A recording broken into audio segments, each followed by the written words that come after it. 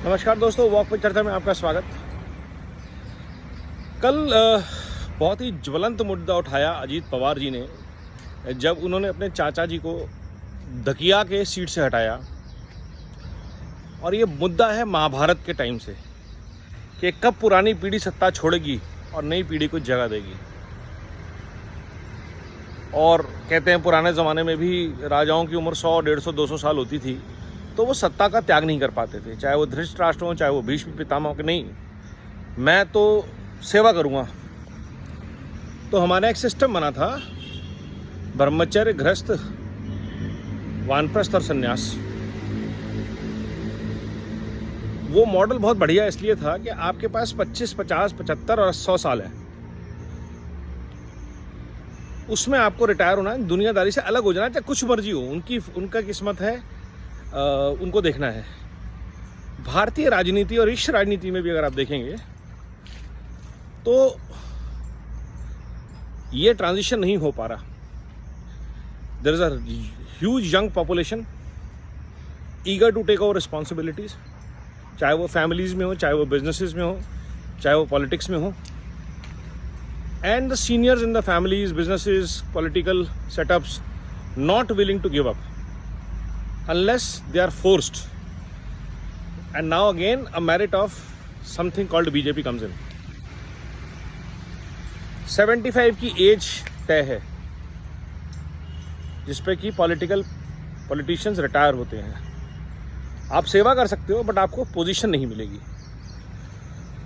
भाजपा ने मार्गदर्शन मंडल बनाया था तो लोगों ने उसका मजाक उड़ाया था। और आज ज़रूरत है कि जितने राजनीति के धुरंधर घूम रहे हैं 80 साल वाले, चाहे वो शरद पवार हो, चाहे वो सोनिया गांधी हो, चाहे वो लालू यादव हो, इन सबको मार्गदर्शक मंडल में जाने की ज़रूरत है। और ऐसे बहुत सारे, anybody who is 75, 80। Sharad Pawar अब भारत के प्रधानमंत्री नहीं बनने वाले। भारत को एक और जो बाइडेन नहीं चाहिए, ना लालू बनने वाले हैं।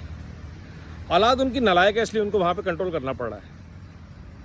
शरद पवार राजनीति में अभी तक इसलिए हैं क्योंकि उनको मालूम है अगर वो हटे तो अजीत पवार सुप्रिया सुले को आगे नहीं बढ़ने देंगे, जो उनकी बेटी हैं। और यही द्वंद्व युद्ध बाला साहब ठाकरे के साथ भी था, जो जानते थे कि राज ठाकरे लायक है, उनका पुत्र नालायक है, लेकिन पुत्र मोह धृतराष्ट्र। तो ये जो मोमेंट फैमिलीज में आता है, बिजनेसेस में आता है, इसका सिंपल सिस्टम है इंस्टीट्यूशंस आपको फोर्स करते हैं। जैसे टाटा, कल सुप्रिया सुले जी ने बहुत अच्छे एग्जाम्पल्स दिए कि रतन टाटा अभी भी टाटा ट्रस्ट को टाटा ग्रुप को रन कर रहे हैं। गलत बात है। चंद्रशेखरन जी टाटा ग्रुप के एमडी और सीईओ, रतन टाटा एमेरिटस हैं, सिस्टम में है, मार्गदर्शक मंडल में है।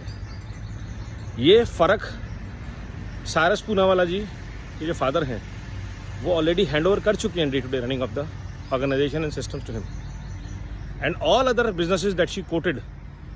वॉरेन बफे का इंडिविजुअल बिजनेस है। अमिताभ बच्चन को काम मिले ना मिले, वो देश को प्रभावित नहीं करते हैं। बट देश की सेवा के लिए आपके अंदर एक ऊर्जा होनी चाहिए, एक सोच होना चाहिए और एक व्यक्तित्व होना चाहिए। शरद पवार जी कैंसर के पेशेंट और किस वजह से, हम उस डिबेट में नहीं जाएंगे। बट ऐसी सेहत वाला व्यक्ति जो झाड़ू तो हो सकता है लेकिन देश का नेतृत्व नहीं कर सकता, because the health is unpredictable. दूसरी तरफ हमारे पास नरेंद्र मोदी जी जो 72 साल के हैं, जिनमें अभी भी 3 साल का ऑफिशियल एलिजिबिलिटी बची हुई है उनके पास एज पर द पार्टी, और नेशन में तो ऐसा कुछ है ही नहीं रूल। और फिटनेस लेवल हम सब देखते ही हैं। तो 2 चीज़ें बहुत इंपॉर्टेंट, लालच नहीं होना चाहिए, फिटनेस होनी चाहिए और देश सेवा का जज्बा होना चाहिए। इंडिया के पॉलिटिकल इकोसिस्टम में यंग लीडरशिप सेल्फ मेरिट पे बनी हुई फैमिलियल पार्टीज में नहीं है। जब तक अजीत सिंह थे, जयंत यादव नहीं आए, जयंत सिंह नहीं आए गेम में। क्यों? इंटरेस्ट नहीं था, लेगेसी बाद में संभालनी थी। लालू यादव के साथ क्या हो रहा है सब देख ही रहे हैं। ममता बनर्जी के आगे कोई नहीं है। मायावती का क्या हुआ है सब देख ही रहे हैं। सो पॉलिटिकल वन मैन शोज जो हैं उनके लिए सबसे बड़ी ट्रेजेडी है कि वो लोग सिस्टम्स नहीं खड़े कर पाए जहाँ से अच्छी लीडरशिप आए। और ये काम भाजपा और आरएसएस ने बहुत बखूबी किया है।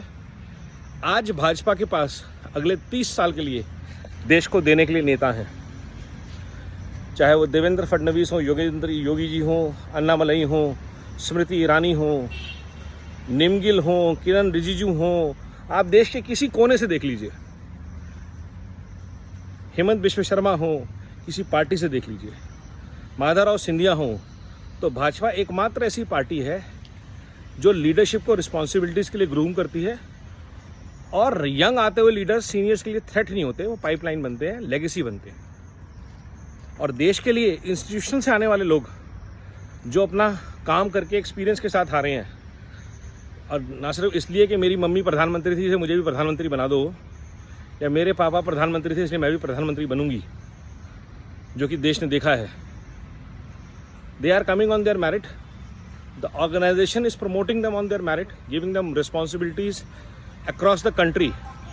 कल कुछ मिनिस्टर्स को भाजपा ने मिनिस्ट्री से निकाल के सीधा स्टेट की रिस्पॉन्सिबिलिटी दे दी, किसी ने उफ तक नहीं किया, क्योंकि सबको पता है देश प्रथम, पार्टी सेकंड। ये जो माइंडसेट है ये आरएसएस ने सीड किया है बीजेपी में, और यही आरएसएस के संस्कार हैं, वैल्यू सिस्टम है, जिससे कि ये सेक्युलरवादी, सो कॉल्ड सेक्युलरवादी, परिवारवादी और भ्रष्ट ताकतें डरती हैं। ये हमें समझना पड़ेगा कि दर्द किस बात का है। दर्द इस बात का है कि अगर आरएसएस लेड सिस्टम एस्टैब्लिश हो गए कंट्री में तो देश चलेगा मेरिटोक्रेसी पे। तो जो नेपोटिज्म वाले लोग हैं, जो करप्ट लोग हैं, जो सेकुलर के नाम पे, हिंदू मुस्लिम के नाम पे डरा के राजनीति करते हैं, झूठ, लूट और फूट की राजनीति, इसका कोई वर्चस्व, कोई एग्जिस्टेंस नहीं रहेगा आने वाले टाइम में। जिस तरह से देश लगातार मेरिटोक्रेसी के बेसिस पे लीडर्स को प्रमोट करेगा और उनको चुनेगा, और ये देश ने पिछले 10 साल में देखा। जो मर्जी बोलते रहिए, but today Bharat is a transformed country in terms of any and every need. सबका साथ, सबका विकास, सर्वधर्म समभाव के साथ हुआ है। बदतमीजी किसी को अलाउ नहीं है। कल मध्य प्रदेश में किसी बीजेपी के नेता ने कोई बदतमीजी की थी, उसके घर के ऊपर बुलडोजर पहुंच गया, और ये सबके साथ है। किसी हिंदू जुबेर ने उसको रिलीजन के नाम पे डिफेंड नहीं किया, और ये फ़र्क समझना पड़ेगा आपको। अगर आपको भारत में रहना है तो आपको बाय डिफ़ॉल्ट सनातनी वैल्यूज़ को एक्सेप्ट करना पड़ेगा, उन पे चलना पड़ेगा।